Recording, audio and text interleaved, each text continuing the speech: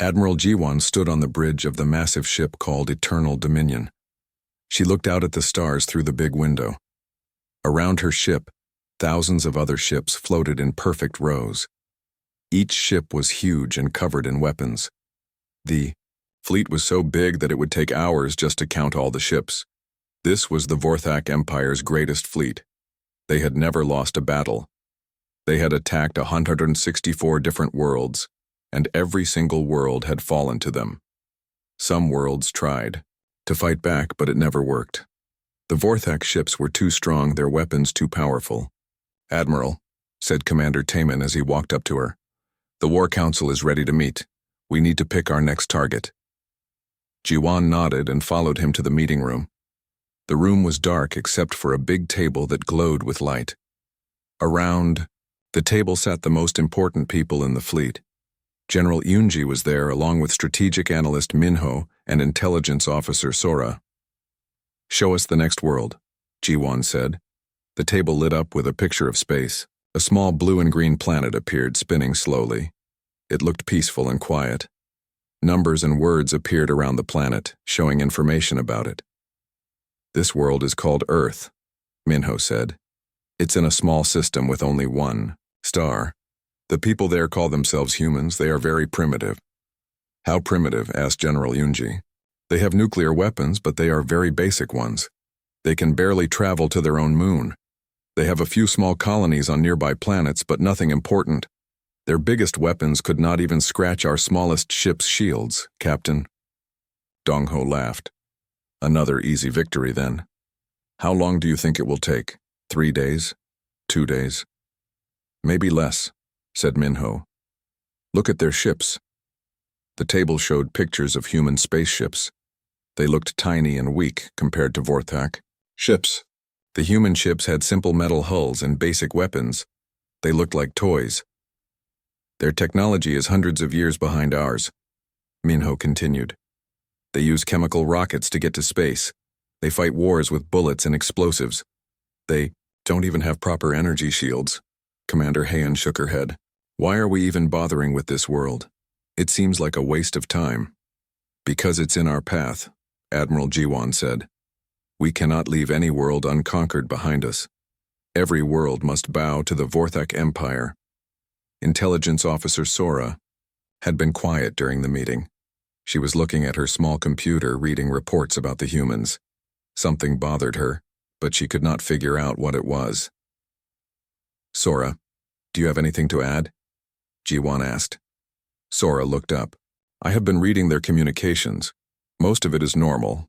Trade, news, entertainment. But there are some strange things."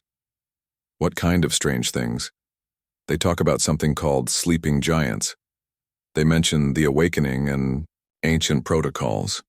I think it might be their mythology or religion, but it appears in their military communications too." Minho waved his hand. "Primitive superstitions. All weak species have them. They create stories about powerful ancestors or hidden strength to make themselves feel better about being weak." The others nodded and agreed. They had seen this before, on other worlds. When faced with the mighty Vorthak fleet, many species would talk about ancient powers or secret weapons that would save them. It never worked. "How many ships should we send?" asked General Yunji. "The full fleet," Jiwan decided. "We show no mercy, and we show our full strength. Every world in the galaxy should know what happens when you face the Vorthak Empire." Captain Dongho smiled. 10,000 ships against a few hundred primitive human vessels. They will surrender the moment they see us." "What about their planets?" "Defenses?" asked Commander Heian. Minho checked his computer. "They have some orbital stations and a few weapon platforms around their world. Nothing that our ships cannot destroy in minutes. Their planetary shields are basic at best." The meeting continued for another hour. They planned the attack, decided which ships would go where, and chose which planets in the human system would be conquered first. It was all routine. They had done this 164 times before, but Sora kept thinking about the strange human communications. She had translated more of them while the others talked. The humans mentioned something called Protocol Lazarus and The Sleeping Dragon Project. They talked about ancient bunkers and sealed vaults. When the meeting ended, Sora stayed behind to talk to Admiral Jiwan. "Admiral, I think we should be more careful with this attack," she said. "Why?" "You heard Minho's report. These humans are primitives." "Yes, but there's something odd about their behavior. Most species panic when they detect our scout ships. They start evacuating their cities or begging for mercy. The humans are doing either. What are they doing? They seem to be preparing, not running, not surrendering, but preparing for something. Their military communications have increased by 500% in the last few days. They are activating old facilities and moving resources to strange locations." Jiwan thought about this. Maybe they plan to fight us? Maybe. But why would they not evacuate their civilians? Why are they moving people into underground bunkers instead of away from population centers? Perhaps they think they can hide from us underground. Sora shook her head. "I don't think that's it. The communications I intercepted suggest they are activating something, not hiding from something. What could primitives activate that would threaten us?" "I don't know, Admiral. That's what worries me." But Jiwan had made up her mind. The Vorthak Empire did not win 164 victories by being cautious. They won by being bold and crushing their enemies quickly. "Prepare the fleet for hyperspace jump," she ordered. "We leave in 6 hours." Across the ship, thousands of crew members began preparing for another conquest. The weapons were charged, the shields were powered up, and the engines were ready. Captain Seungho checked the fighter squadrons, while Engineer Changmin ran tests on all the ship systems. The Vorthak had a simple way of conquering worlds. First, they would appear in massive numbers to show their strength. Then they would demand surrender. If the world did not surrender immediately, they would destroy a few cities to show they were serious. Most worlds gave up after that. If a world still refused to surrender, the Vorthak would attack with their full force. They would destroy all military targets, then begin bombing civilian areas until the world's government begged for mercy. It usually took less than a week. The longest battle in Vorthak history had lasted 12 days. That was against the Kelhari Empire, which had strong shields and good weapons, but even the Kelhari could not stand against the full might of the Vorthak fleet. "Hyperspace jump in 10 minutes, announced Navigation Officer Youngsu. Admiral Jiwan stood on the bridge looking out at her fleet. 10,000 ships all ready for battle. Each ship carried enough firepower to destroy a city. Together they could crack continents and boil oceans. "Any final intelligence on the human defenses?" she asked. Lieutenant Jihoon checked his screens. "No changes, Admiral. They have approximately 400 ships in their fleet. Most are small patrol vessels. They have maybe 50 ships that could be considered warships, but they are still much smaller and weaker than our ships." "Orbital defenses?" 12 space stations around their homeworld, a few dozen weapon platforms, some early warning systems. Nothing we haven't seen before. "Ground forces?" "Hard to estimate, but their technology suggests they rely on chemical weapons and metal projectiles. Our personal shields can stop their strongest weapons easily." Jiwan nodded. "It would be another easy victory. Hyperspace jump in 1 minute," Youngsu announced. Around the bridge, crew members strapped themselves into their chairs. The hyperspace jump would only take a few seconds, but it always made people feel sick. 10 seconds, Youngsu said. 5, 4, 3, 2, 1. Jump. The stars outside the window stretched into long white lines. Then everything went black for a moment. When the stars reappeared, they were in a different pattern. They had traveled hundreds of light years in just a few seconds. "Jump complete," Youngsu reported. "We are now in the human solar system." "Sensors, what do you see?" Jiwan asked. Sensor Officer Soyan looked at her screens. "The human homeworld is directly ahead. I'm detecting their orbital stations and ship patrols. Everything matches our intelligence reports." "Any response from the humans?" "They are sending us a communication signal." "Put it on the main screen." The big screen at the front of the bridge lit up. A human face appeared. It was a male human with dark hair and serious eyes. He was wearing what looked like a military uniform. "This is Defense Coordinator Minsu Kim of Earth. the human said. "You are not welcome in our system. This is your only warning. Leave now, or face the consequences." The bridge of the Eternal Dominion fell silent for a moment. Then Admiral Jiwan started laughing. Soon, the entire bridge crew was laughing too. "Did he just threaten us?" Captain Dongho asked, still chuckling. "I think he did," Jiwan replied. "A single human speaking for a primitive world just told the most powerful fleet in the galaxy to leave or else. Should we respond?" asked Communications Officer Hyun. "Yes," Jiwan said. "Tell them they have 24 hours to surrender completely. If they do not surrender, we will begin destroying their cities one by one until they beg for mercy." Hyun sent the message. A few minutes later, they got a response. The human says they refuse to surrender. The next morning came quickly for the Vorthak fleet. Admiral Jiwan had slept well, knowing that today would bring another easy victory. She ate breakfast in her private quarters, then walked to the bridge. Outside the big windows, she could see the small blue world called Earth growing larger as the fleet moved closer. "Status report," she said as she sat in her command chair. "All ships are in position," reported Captain Dongho. "We have them completely surrounded. Their orbital stations look even weaker up close." "What about their fleet?" Tactical Officer Hyun looked at his screens. "They have maybe 200 ships moving toward us. The rest seem to be staying close to their planet." Jiwan looked at the tactical display. The human ships were tiny dots compared to her massive fleet. It was like insects trying to fight against giants. "Have they sent any more messages?" she asked. "Yes, Admiral," said Communications Officer Young-soo. "The same human as yesterday. He wants to talk to you directly." "Put him on screen." The main screen showed the human called Min-soo Kim again. He was standing in what looked like a command center. Behind him, Jiwan could see other humans working at computers and looking at maps. "This is Admiral Jiwan of the Vorthak Empire," she said. "You have 1 hour to surrender completely. After that, we will begin destroying your cities." The human looked calm. Too calm, Jiwan thought. Most species were terrified by now. "I told you yesterday," Min-soo said. "Earth will not surrender. But I will give you one more chance. Take your ships and leave our system now. This is your final warning." Jiwan could not believe what she was hearing. "Final warning? You are giving me a warning? Human, do you see the size of my fleet?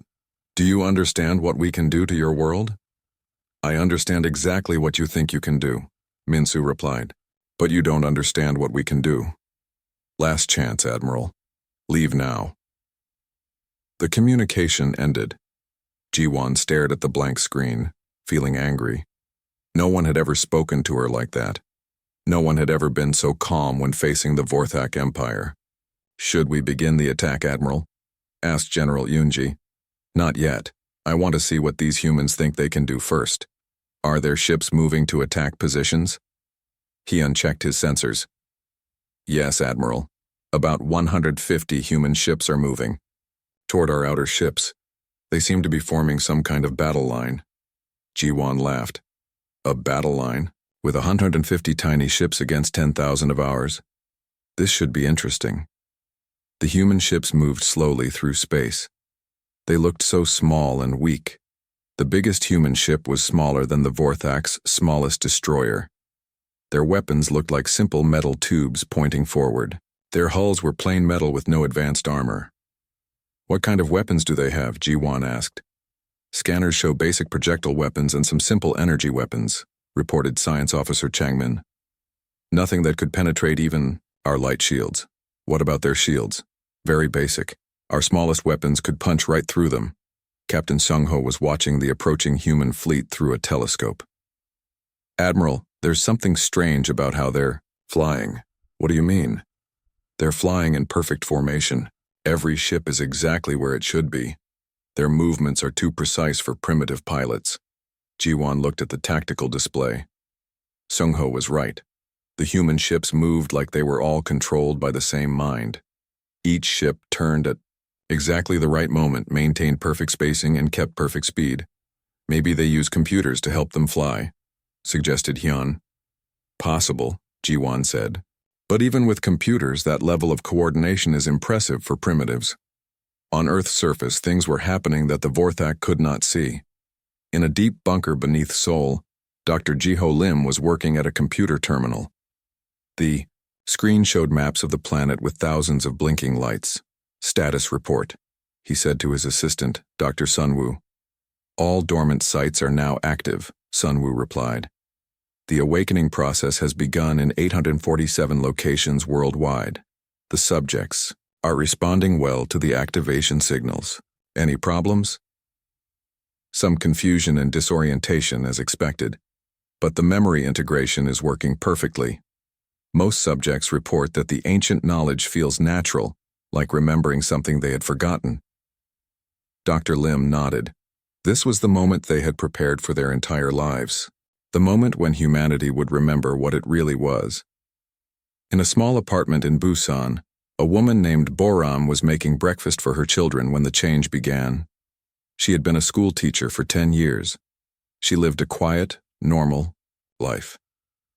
But suddenly, her head filled with memories that were not her own. She remembered commanding star fleets in battles across the galaxy. She remembered technologies that could move planets and weapons that could destroy suns. She remembered a time when humanity ruled not just one galaxy but several. At first, she thought she was going crazy. But the memories felt completely real, more real than her own memories. She sat down at her kitchen table and put her head in her hands. "Mom, are you okay?" asked her 8-year-old daughter Hyejin. Boram looked up. Her eyes were different now. They held knowledge that no school teacher should have. "I'm fine, sweetheart," she said, "but Mommy has to go to work. There are some bad people coming and Mommy needs to help stop them." Similar scenes were happening all over Earth. In Seoul, an engineer named Seung-hwan suddenly knew how to build weapons that could crack moons. In Daegu, a doctor named Mi-jin remembered medical techniques that could heal almost any injury. In Gwangju, a farmer named Junho remembered how to grow food that could feed billions of people. All across the planet, ordinary humans were becoming something much more. Back in space, the human fleet was getting closer to the Vorthak ships. Admiral Jiwan decided it was time to end this foolishness. "Send a message to the lead human ship," she ordered. "Tell them to stop and surrender or we will destroy them all." The message was sent. The humans did not respond. They kept flying toward the Vorthak fleet. "Admiral," said Hyan, "they're not stopping. They'll reach weapons range in 5 minutes. Then, we'll give them a demonstration of Vorthak power," Jiwan said. "Target the lead human ship with one of our light plasma cannons. One shot should be enough to destroy it completely." "Targeting the ship now," Hyan reported. "Weapon charged and ready to fire." Fire. A bright beam of energy shot out from the Vorthak flagship. It was moving at the speed of light toward the lead human ship. The beam was powerful enough to melt through 10 feet of solid metal. It should have turned the human ship into vapor. But something impossible happened. The energy beam hit something invisible about 1,000 feet in front of the human ship. The beam spread out like water hitting a wall, then disappeared completely. "What just happened?" Jiwan demanded. I don't know," Hyan said, looking confused. "The beam hit some kind of shield, but our sensors don't show any shield generators on that ship." "Fire again. Use more power." Another beam shot toward the human ship. This one was 3 times more powerful than the first. Again, it hit an invisible barrier and disappeared. "Admiral," called Science Officer Changmin, "I'm detecting some kind of energy field around all the human ships, but it's not like any shield technology I've ever seen. Can we penetrate it?" "I don't know. The energy readings don't match anything in our databases." Jiwan was starting to feel worried. This was not how things were supposed to go. The humans should be running or surrendering by now, not shrugging off Vorthak weapons like they were nothing. "Sir," Hyun said urgently, "the human ships are targeting us." "With what? Their primitive weapons?" "Yes, but..." "Admiral, they're targeting specific points on our ships. Weapon systems, shield generators, engine cores, they know exactly where our weak points are." "How is that possible?" "I don't know. but they have perfect targeting locks on 200 of our ships. On the bridge of Soul's Fury, Captain Nari Park was watching her tactical display. Her ship's computers were showing her things that should have been impossible to know. The exact location of every vital system on every Vorthak ship, the frequency of their shields, the power patterns of their weapons. All ships, she said calmly. You have firing solutions. Engage the enemy. The human fleet opened fire. Their weapons looked primitive, but something was very wrong. The simple, metal projectiles they fired moved faster than they should have. The energy beams they shot were focused with impossible precision. The first Vorthak ship to be hit was a destroyer called Immortal Victory. The human weapons hit it in 3 specific spots. The ship's shields failed first, then its weapon systems shut down, then its engines died. In less than 10 seconds, one of the Vorthak Empire's proud warships was floating helpless in space. Impossible, whispered General Yunji. More Vorthak ships were being hit. Each time, the human weapons found the exact weak points that would disable the ship without destroying it completely. It was like the humans knew every detail of Vorthak ship design. Return. Fire, Jiwan shouted. All ships, return fire. Thousands of Vorthak weapons fired at once. The space between the 2 fleets filled with energy beams, plasma bolts, and missile trails. Enough firepower to destroy entire moons was being unleashed on the small human fleet. But again, something impossible happened. Most of the Vorthak shots missed completely, like the human ships weren't where the targeting computer said they should be. The few shots that did hit were absorbed by those strange shields that shouldn't. 3 days had passed since the battle began, but it felt like months to Admiral Jiwan. She stood on the bridge of the Eternal Dominion, looking at reports that made no sense. Her mighty fleet, which had conquered 164 worlds without breaking, a sweat was losing to a bunch of primitive humans. Give me the latest numbers, she said tiredly. Captain Dongho checked his tablet. We've lost 847 ships. The humans have lost 12. 12? Only 12? Yes, Admiral. And 10 of those were accidents when their own weapons misfired. The humans have only actually destroyed 2 ships. Jiwan rubbed her forehead. This was impossible. Her ships were bigger, stronger, and had better weapons. But somehow the humans were winning every single fight. What about the new human ships, the ones that appeared after the first day? Over 3,000 of them now, Dongho replied. They keep launching more from the planet's surface, and Admiral, these new ships are different.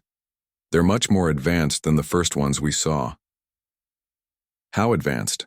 Science Officer Changmin walked over with his own tablet.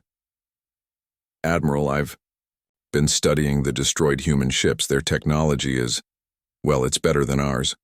That's impossible. They're primitives. That's what we thought. But look at this. Changmin showed her pictures on his tablet. This is the inside of a human ship we disabled yesterday. These are not primitive systems. This is technology I've never seen before. The pictures showed corridors filled with glowing panels and strange machines. The design looked alien, but not in any way the Vorthak recognized. It was elegant and clean, with flowing curves and surfaces that seemed to shift and change as you looked at them. Where did they get this technology? Jiwan asked. I don't know, but Admiral, there's something else. We captured 3 human crew members from that ship. When we questioned them, they said something very strange. What? They said they're remembering things. One of them was a farmer before the war started. Now he claims to remember commanding starfleets thousands of years ago. Another one was a shopkeeper. She says she remembers building weapons that could move planets. Jiwan stared at him. They're lying. Maybe. But Admiral, they knew things about our ships that they shouldn't know. The farmer drew perfect blueprints of our engine systems. The shopkeeper described our weapon frequencies exactly. How could primitives know these things? Before Jiwan could answer, alarms started ringing throughout the ship. Admiral, called Tactical Officer Hyun. Human ships are approaching from multiple directions. It looks like they're trying to surround us. Jiwan looked at the tactical display. Red dots representing human ships were moving toward her fleet from all sides. There were hundreds of them. How many ships do they have now? She asked.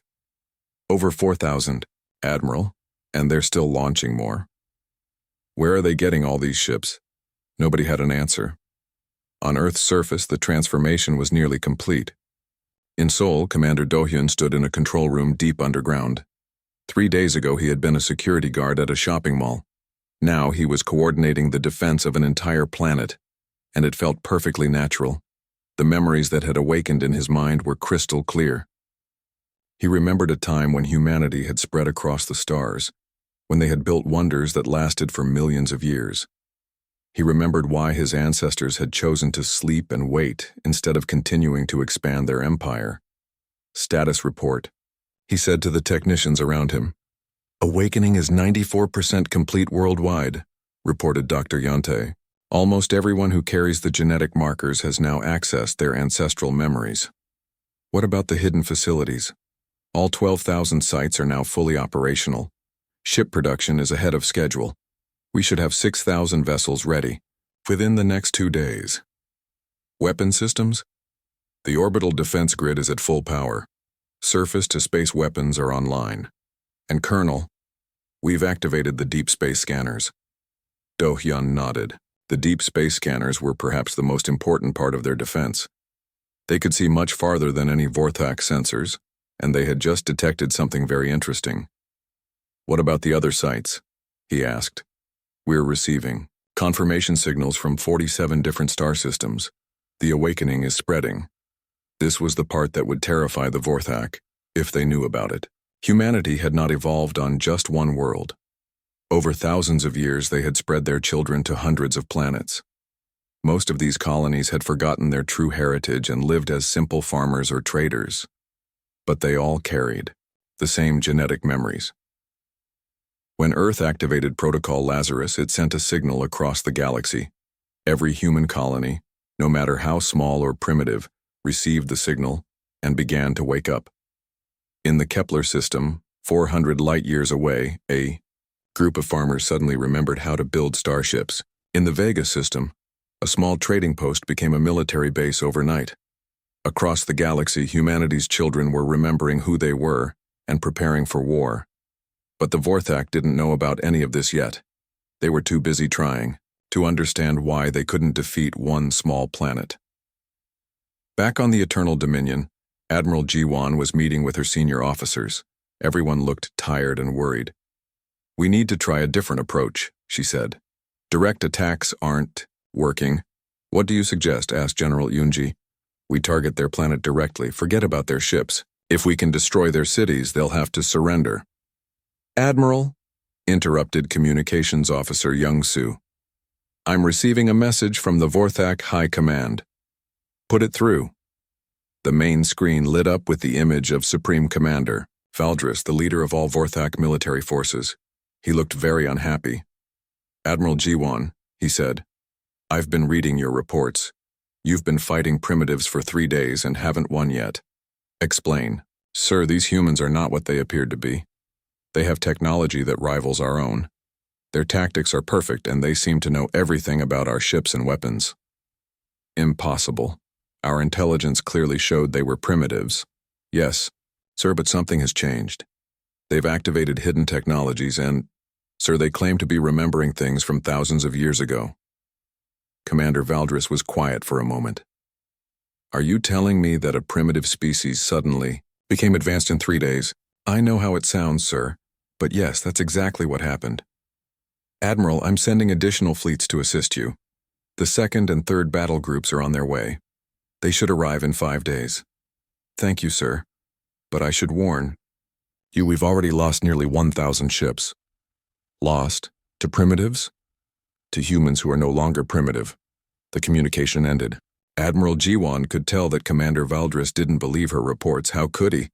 Even she could barely believe what was happening. Admiral, called Sensor Officer Soyeon, I'm detecting something new. What now? There are ships jumping out of hyperspace at the edge of the system. But they're not ours. Ji-won felt her heart sink. Human reinforcements? Yes, Admiral, a lot of them. The tactical display showed new contacts appearing throughout the solar system. Ship after ship was dropping out of hyperspace and heading toward Earth. But these weren't the simple vessels they had first encountered. These ships looked powerful and threatening. "How many?" Jiwan asked quietly. "Still counting, Admiral. So far, over 500, and they're still arriving." "Where are they coming from?" "Unknown. They appear to be coming from multiple directions across the galaxy." What the Vorthak didn't realize was that these ships were coming from human colonies that had just awakened. As soon as each colony remembered what it was, it began building ships and sending them to Earth's aid. On the surface of Earth, Dr. Jiho Lim was coordinating the defense effort from his underground command center. The screens around him showed the entire solar system with thousands of ships moving in complex patterns. "The children are coming home," he said quietly to Dr. Sunwoo. "How many colonies have responded so far?" 63 confirmed. "We estimate another 100 are still in the awakening process." "What about the deep facilities?" "All active. The shipyards in the asteroid belt are now producing 200 new vessels per day. The weapons platforms hidden in the gas giant atmospheres are powering up, and the really big surprises are almost ready." Dr. Sunwoo knew what he meant by really big surprises. For thousands of years, humanity had been building projects in secret. Not just ships or weapons, but massive constructions that could reshape solar systems. They had been waiting patiently for the right moment to reveal themselves. That moment was now. Back on the Vorthak flagship, things were getting desperate. More human ships were arriving every hour. The Earth itself seemed to be launching new vessels from hidden bases. And strangest of all, the humans were fighting like they had been preparing for this exact battle for thousands of years. "Admiral," called Intelligence Officer Sora, "I've been analyzing human communications. I think I understand what's happening." "Tell me." "They're not the same species we came here to conquer. Or rather, they are, but they've become something else. From what I can translate, they had an advanced civilization thousands of years ago. Much more advanced than ours." "Then where did it go?" "They didn't disappear. They went to sleep. They hid their technology and scattered their people across the galaxy, waiting for the right moment to wake up. And we provided that moment." "Yes, Admiral. Our attack activated some kind of genetic." 2 weeks had passed since the battle began, and Admiral Jiwan's mighty fleet was dying. She stood in the medical bay of the Eternal Dominion, looking at the wounded crew members lying on beds. These were Vorthak warriors who had never known defeat, but now their eyes showed only fear and confusion. "How many ships do we have left?" she asked Captain Dongho, who was standing beside her with his arm in a cast. "847 ships, still operational," he replied quietly. "We started with 10,000. And the humans? Their numbers keep growing. We estimate they now have over 8,000 ships in the system. And Admiral, they're not just coming from Earth anymore." Jiwan nodded grimly. She had seen the reports. Human ships were arriving from across the galaxy, from star systems the Vorthak had never even heard of. Each new fleet that arrived was more advanced than the last. "What's the status of our hyperspace engines?" she asked. Dongho looked uncomfortable. "That's the problem, Admiral. They're not working. Every time we try to jump to hyperspace, something blocks us." "What do you mean something blocks us? I don't know how to explain it. The engines power up normally, but when we try to make the jump, nothing happens. It's like hyperspace doesn't exist around this system anymore." This was the most terrifying news yet. Without hyperspace, the Vorthak fleet was trapped in the human solar system. They couldn't escape, they couldn't call for reinforcements, and they couldn't retreat. "Have the humans said anything about this?" "Actually, yes. Yesterday, their leader sent us another message." "Show me." They walked to a nearby computer terminal.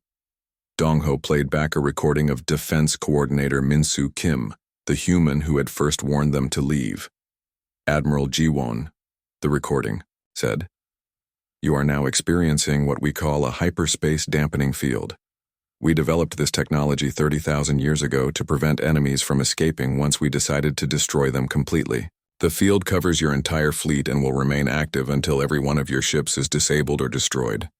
The recording paused, then continued. "You came here expecting an easy victory over primitives. Instead, you have awakened an empire. that ruled the galaxy when your species was still learning to make fire. You have brought this upon yourselves. Ji-won turned off the recording. The human's words echoed in her mind. An empire that ruled the galaxy 30,000 years ago. How could the Vorthak have been so wrong about these humans? Admiral, called communications. Officer Youngsu from across the medical bay. We're receiving another message. It's from Supreme Commander Valdris. Put it through. The wall screen showed Commander Valdris sitting in his office on the Vorthak homeworld. He looked very angry. Admiral Ji-won, he began. The second and third battle groups have arrived at your location. Why are they not assisting you? Sir, what do you mean? No reinforcements have arrived. That's impossible. I sent 5,000 ships to help you. They should have reached the human system yesterday. Ji-won felt cold fear in her stomach. Sir, we haven't seen any Vorthak reinforcements. Are you sure they reached the right system? Of course I'm sure. Admiral Kelthan is commanding the second battle group. I spoke with him personally just before he jumped to hyperspace. Sir, I need you to contact Admiral Kelthan immediately. Something is very wrong. Stand by. The screen went dark while Commander Valdris tried to contact the missing fleets. Ji-won waited nervously. If 5,000 Vorthak ships had simply disappeared, the implications were terrifying. After 10 minutes, Commander Valdris reappeared on the screen. His face was pale. Admiral, he said slowly, I cannot contact the second or third battle groups. All communication has been lost. What was their last known position? They were 3 light years from your location. They should have arrived in the system 12 hours ago. Ji-won closed her eyes. She was starting to understand what had happened to the reinforcements. The humans hadn't just trapped her fleet in their solar system. They had been waiting for the reinforcements and destroyed them before they could even reach the battle. Sir, she said carefully, I recommend that no additional fleets be sent to this system. The humans are far more dangerous than we believed. Explain. They're not primitives. They never were. They're the remnants of an ancient galactic empire. They have technology that's thousands of years ahead of ours. They've been pretending to be weak to make us overconfident. Commander Valdris was quiet for a long time. Are you telling me that a single primitive world has defeated 15,000 Vorthak warships? Yes, sir. And, sir, I don't think they're done yet.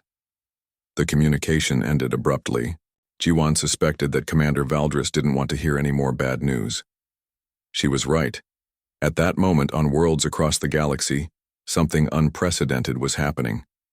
The 164 worlds that the Vorthak Empire had conquered were rising in rebellion. All at once. All perfectly coordinated. On the planet Kalara, which had been conquered just 6 months ago, a small group of farmers suddenly remembered how to build plasma weapons. Within hours, they had overwhelmed the Vorthak garrison and taken control of the planet. On the industrial world of Thexos, factory workers suddenly knew how to reprogram the automated systems to build war machines instead of consumer goods. The Vorthak administrators woke up to find their palace surrounded by tanks that shouldn't have existed. On the mining planet Rexus, the human workers had spent years pretending to be barely intelligent slaves. But when the awakening signal reached them, they revealed technologies that turned the planet into a fortress that could defend itself against entire fleets. The pattern was the same on every world. Humans who had appeared to be primitive, weak, or defeated suddenly became organized, technological, and deadly. The Vorthak Empire's 164 greatest victories were turning into 164 disasters all at the same time. But Admiral Ji-won didn't know about any of this yet. She was too busy trying to keep her fleet alive for another day. Admiral, called Tactical Officer Hyon. Human ships are moving into attack formation again. How many this time? All of them. Every human ship in the system is preparing to attack us simultaneously. Ji-won looked at the tactical display. Over 8,000 red dots were moving toward her remaining ships. It looked like a swarm of angry insects surrounding a much smaller group of larger creatures. Are our weapons still functioning? Yes, Admiral. But our weapons can't penetrate their shields, and their weapons cut through our defenses like we don't have any. Then how are we still alive? I think they're playing with us. They could have destroyed our entire fleet days ago if they wanted to. They're keeping us alive for some reason. As if to prove his point, the human fleet opened fire, but not with their most powerful weapons. Instead of the devastating energy beams they had used before, they fired smaller weapons that disabled Vorthak ships without destroying them. Within an hour, another 300 Vorthak vessels were floating helplessly in space. Their weapons were offline. Their engines were dead, but their crews were still alive. Why aren't they killing us? Jiwon wondered aloud. Her question was answered when Defense Coordinator Min-Soo Kim appeared on her main screen again. "Admiral Jiwon," he said. "We need to talk. Will you come aboard one of our ships for a meeting?" "Why would I do that?" "Because you need to understand what's really happening here. This battle isn't just about your fleet attacking Earth, it's much bigger than that." "What do you mean?" "Come aboard our flagship and I'll show you. I promise you'll return to your ship safely." Jiwon thought about it. She was trapped anyway, and her fleet was being slowly destroyed. Maybe talking to the humans could give her some answers. "I'll come," she said, "but I want your word that this isn't a trap. You have my word. A shuttle will arrive at your ship in 1 hour." The human shuttle that arrived was unlike anything Jiwon had ever seen. It was smooth and white with no visible weapons or armor. But when it passed through the Eternal Dominion's shields like they weren't there, she realized that appearances were deceiving. The shuttle's interior was elegant and comfortable. The human pilot, a young woman named Somin, was polite and professional. She didn't act like someone who belonged to a primitive species. "How long will the flight take?" Jiwon asked. "About 20 minutes, Somin replied. "The flagship is on the other side of the system." As they flew through space, Jiwon looked out the window and saw something that made her gasp. The space around Earth was filled with massive structures that hadn't been there at the beginning of the battle. Huge orbital platforms, weapons arrays, the size of small moons, and shipyards that were actively building new vessels. "Where did all of this come from?" she asked. "It was always here," Somin explained. "Hidden, waiting. We've been building these installations for thousands of years, but we kept them invisible until we needed them." "How is that possible?" "We have very good stealth technology. The human flagship was enormous. It was larger than any Vorthak ship, but it didn't look like a warship. It looked more like a floating city, with gardens and open spaces visible through transparent sections of the hull." When Jiwon was brought to the bridge, she met Admiral Kiwon, the human fleet commander. He was an older man with kind eyes, but when he spoke, his voice carried the weight of vast experience. "Welcome, Admiral Jiwon," he said. "Thank you for coming. I want to understand what's happening here," she replied. "My intelligence report said you were primitives, but you're clearly not." "No, we're not." 6 months had passed since Admiral Jiwon's fleet first entered the human solar system. Now she sat alone in a small escape pod, watching the last few Vorthak ships being systematically dismantled by human salvage crews. The mighty Eternal Dominion, which had once been the pride of the Vorthak Empire, was being fed piece by piece into massive stellar furnaces that the humans had built around their sun. She had been allowed to live, but only as a witness. The humans wanted someone to remember what had happened here. Someone to tell the story of how the greatest fleet in Vorthak history had come to conquer a primitive world, and simply disappeared. Final log entry. She spoke into her recorder. "Admiral Jiwon of the former Vorthak Empire. It has been 183 days since we arrived at Earth. Of the 10,000 ships in our fleet, none remain. Of the 15,000 reinforcement ships sent to help us, none remain. The Vorthak Empire, which once controlled 164 worlds, no longer exist."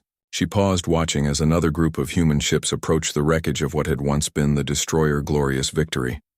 Within minutes, the ship was completely gone, dissolved by strange human devices that broke matter down to its basic atoms.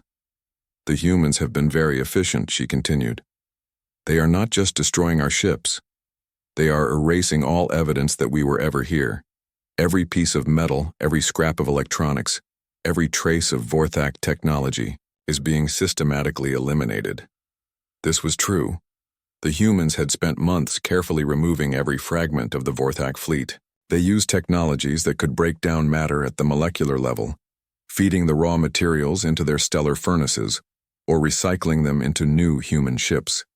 Captain Nari Park, now promoted to Admiral of the 1st Terra Fleet, supervised the cleanup operation from her flagship. She was reading reports from across the galaxy, and every report said the same thing. "Status update from the Kalara system," reported her aide, Lieutenant Jungsu. "All Vorthak installations have been removed. No trace of their occupation remains." "What about Thexos?" "Same story. The former human colonists have rebuilt their cities exactly as they were before the Vorthak conquest. It's as if the occupation never happened." "Rexus?" "Cleaned completely. The mining operations are back to their original efficiency levels." "Admiral." Park nodded. This was all according to plan. When the humans had decided to end the Vorthak Empire, they hadn't just wanted to defeat it. They had wanted to erase it completely from history. "What's the status of the Vorthak homeworld?" she asked. "Quarantined. We have a fleet stationed just outside their system, but we're not interfering with their internal affairs. They seem to be having some kind of civil war." This was also according to plan. When the Vorthak Empire collapsed, the different factions on their homeworld had started fighting each other. Some blamed the military for the disaster. Others blamed the politicians. Most just wanted to find someone to blame for the fact that their mighty empire had vanished in a single day. The humans watched but did not interfere.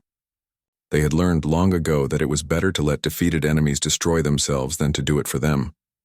On Earth, Dr. Jiho Lim was working in his laboratory, studying the final pieces of Vorthak technology.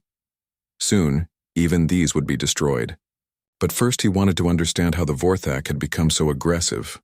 "Interesting," he said to Dr. Sunwoo, who was working at the next table. "Their neural implants show signs of artificial enhancement." "What kind of enhancement?" "Aggression boosters, fear suppressors. Something has been making them more violent and less cautious over the past few generations." "Do you think they did this to themselves?" "No. The technology is too advanced for them. Someone else modified their brain chemistry to make them more warlike." Dr. Sunwoo looked up from his work. "Are you saying someone was using the Vorthak as a weapon?" "That's exactly what I'm saying. The question is, who?" This was a mystery that would have to wait. For now, the priority was making sure that no trace of the Vorthak invasion remained. In space, the cleanup continued. Salvage Master Youngsu directed teams of workers who were dismantling the last pieces of the Vorthak fleet.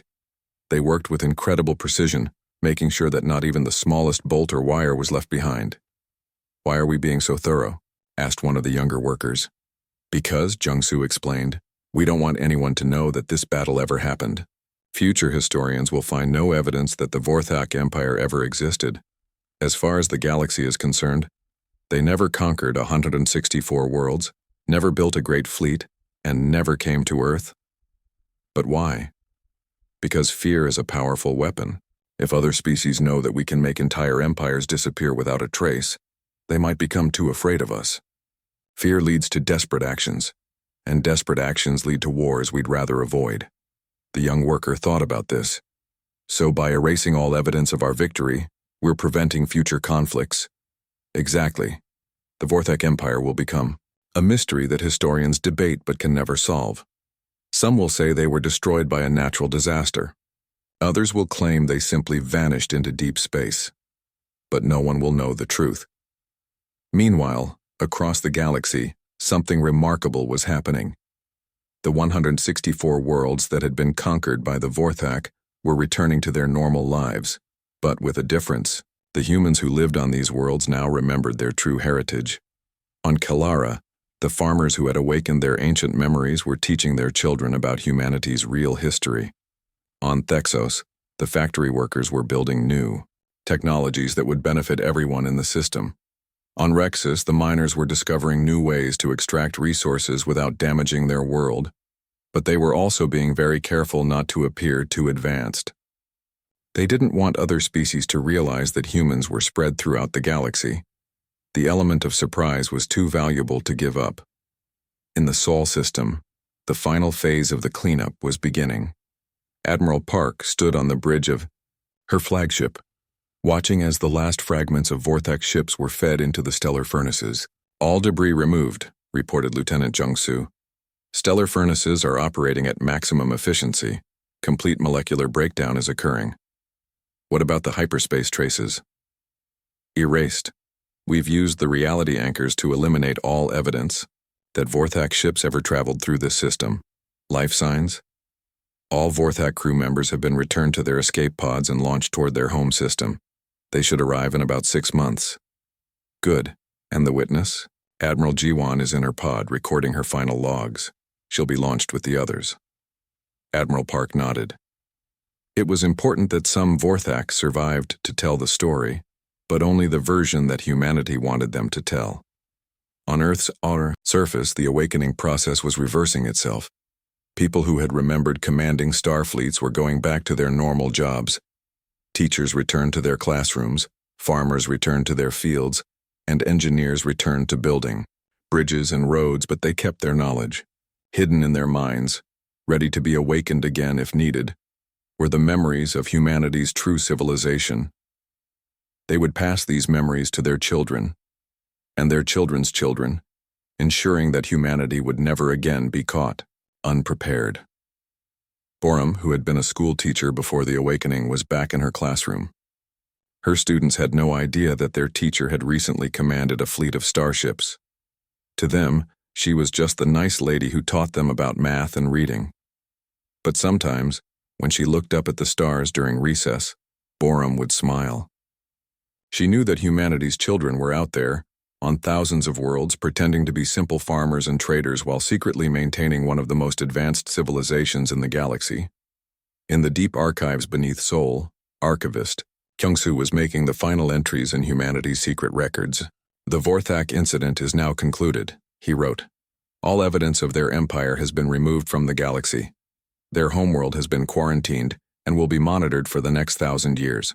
The awakening protocols have been tested and proven successful. He paused, then added, Note for future historians. The Vorthak were not evil, merely misguided. Analysis of their brain chemistry suggests they were being manipulated by an unknown third party. Investigation into this manipulation will continue. Recommendation: maintain current policy of appearing primitive while secretly monitoring galactic affairs. The Great Awakening was successful, but we should return to the long sleep until needed again. Status of human colonies. All 164 conquered worlds have been liberated and have returned to apparent normalcy. Colonies continue to maintain cover identities while secretly advancing human interests. Final note: the galaxy believes that the Vorthak Empire simply vanished. This is acceptable. Let them wonder what happened to such a powerful empire. Fear of the unknown is often more effective than fear of the known. As Admiral Jiwon's escape pod drifted toward the edge of the solar system, she made one last recording. To whoever finds this log, she said, know that the Vorthak Empire was destroyed not by war but by awakening something that should have been left sleeping. We thought we were conquering primitives. Instead, we woke up the remnants of a civilization so old and so powerful that it could erase us from existence without leaving so much as ruins behind. The humans are not